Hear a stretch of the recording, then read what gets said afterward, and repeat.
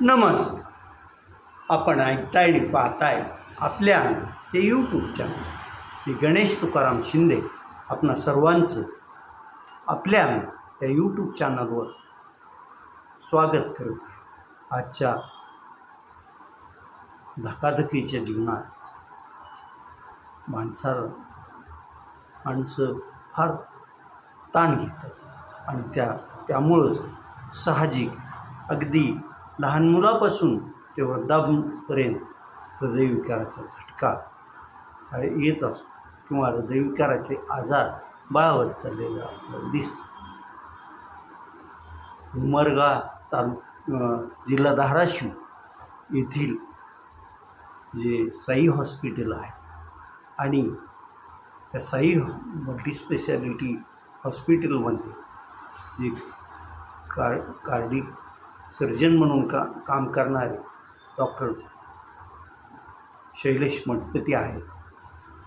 त्यांच्या अथक प्रयत्नामुळे त्यांनी घेतलेल्या धाडसी निर्णयामुळे एका 65 वर्षीय महिलेचं हृदय जे की 5 ते 10 सेकंदासाठी बंदच पडलं होतं, म्हणजे हृदयाची क्रियाच सर्व बंद पडली होती, तरीही डॉक्टर शैलेश मठपती आणि त्यांच्या टीम शर्तीचे प्रयत्न करून ह्या महिलेच्या उजव्या बाजूच्या रक्तवाहिन्यात जे 2 ब्लॉकेजेस होते ते ब्लॉकेजेस पूर्ण काढून टाकण्याचं काम अँजिओप्लास्टीच्या सर्जरीत केलं.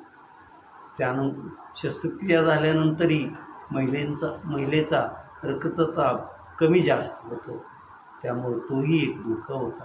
परंतु शस्त्रक्रिया करतेवेळी पण हाच धोका निर्माण झालेला होता. त्यावेळी जवळपास 15 शॉक देऊन आणि CDRची ट्रीटमेंट करून डॉक्टर शैलेश मठपती यांनी त्या महिलेचे प्राण वाचवायचे असे प्रयत्न केले. त्यांच्या टीमने पण योग्य असं सहकार्य त्यांना यावेळी केलं. ऑपरेशन यशस्वी झालं.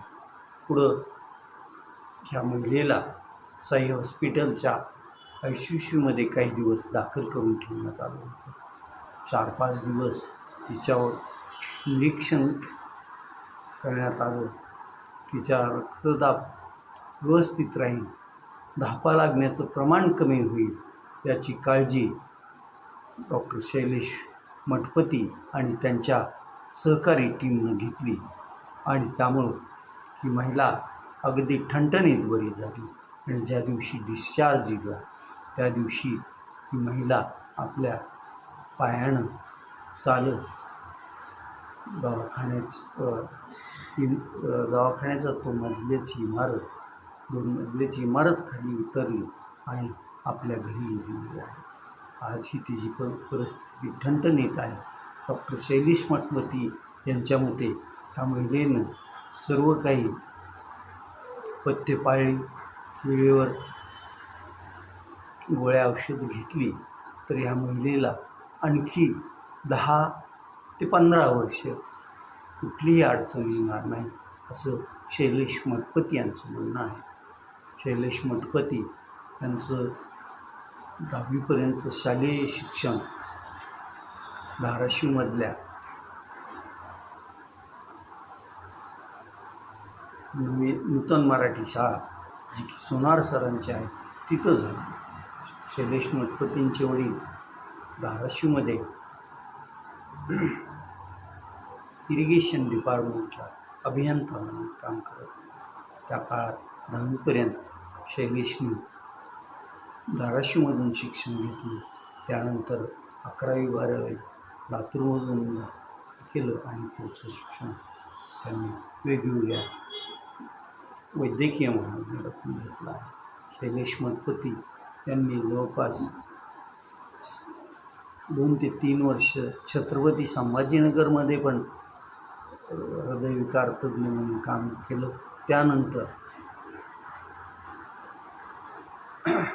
तेलंगणाची राजधानी असणाऱ्या हैदराबाद येथे त्यांनी एका मल्टीस्पेशालिस्ट हॉस्पिटलमध्ये हृदयरोग तज्ज्ञ म्हणून काम केलेलं आहे.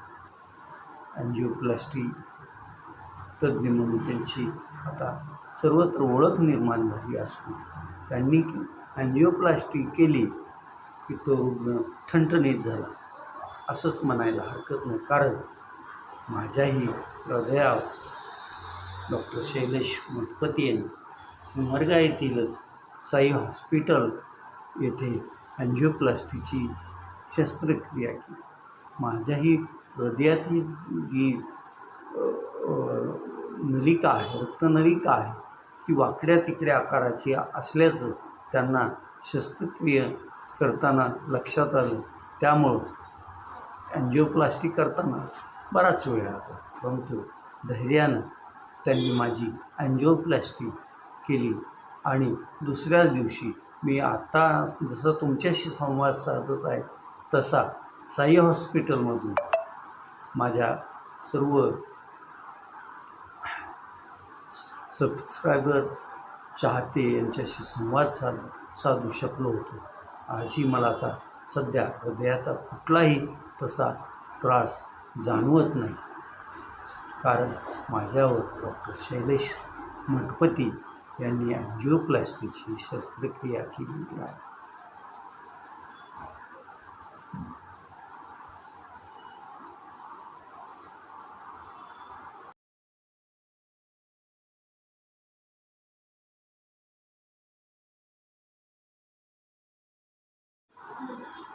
काही वर्षापूर्वी राज्यात अभियांत्रिकीचे शिक्षण देणारी महाविद्यालय जिल्ह्यात उभी राहावीत यासाठी तत्कालीन मुख्यमंत्री वसंतराव पाटील यांनी अभियांत्रिकी महाविद्यालय उघडण्यास परवानगी देण्याचा निर्णय घेतला.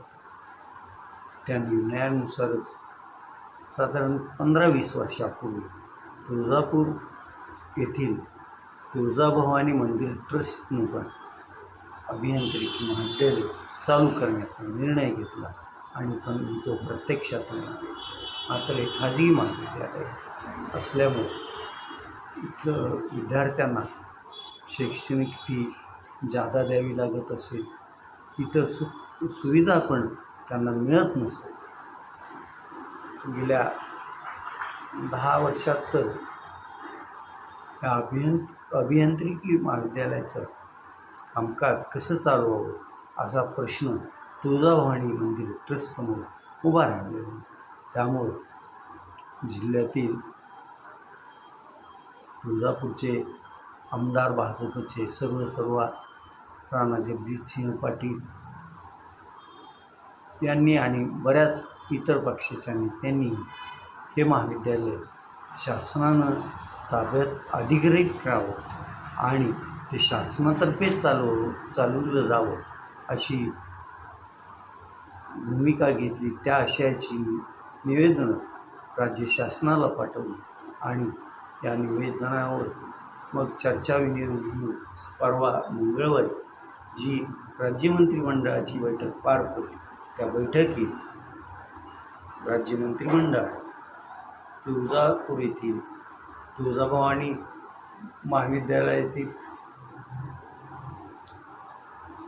महाविद्यालय शासनाच्या ताब्यात घेण्याचा निर्णय घेतला आणि तो निर्णय लवकरच अंमलात येईल.